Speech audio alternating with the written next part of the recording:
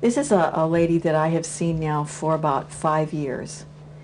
She has been in treatment, however, really began in 1976. So she's had a long history of treatment. That is really typical of these people.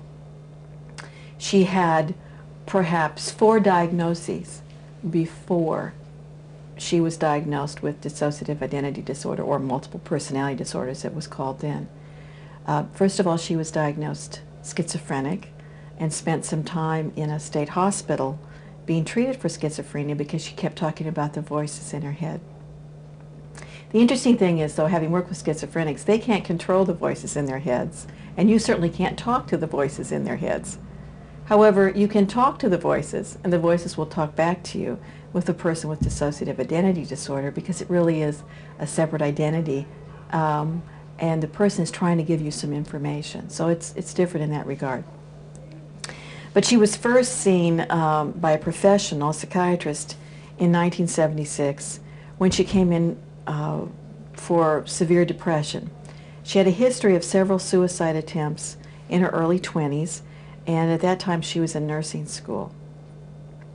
The problems were related to the fact that she would have this depression, be very suicidal, and then she would switch, and that's a term you hear a lot, switch, and become sort of a different person, and complained about compulsive spending, sexual promiscuity, which she would find herself wake up with some man she didn't even know, and was very upset about this.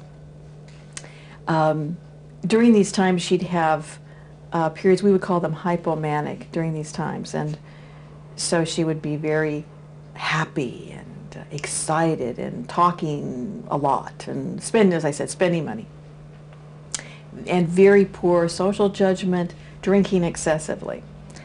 At that time, she was then given the diagnosis of what they then called manic depressive disorder. We would call bipolar disorder today. And I give you a little bit. She was treated, of course, with a lot of medication. She was treated with antipsychotic medications. There are some disastrous side effects with those over the long term. She developed some problems. She was treated with lithium. She was treated with a variety of medications. None really helped the condition. Now, they certainly sedated her, but these changes in her were still occurring. Give you some background. She grew up on the East Coast. This came out, of course, in therapy. Father committed suicide. His mother committed suicide. And 2 paternal uncles committed suicide. Father was alcoholic. Mother was alcoholic.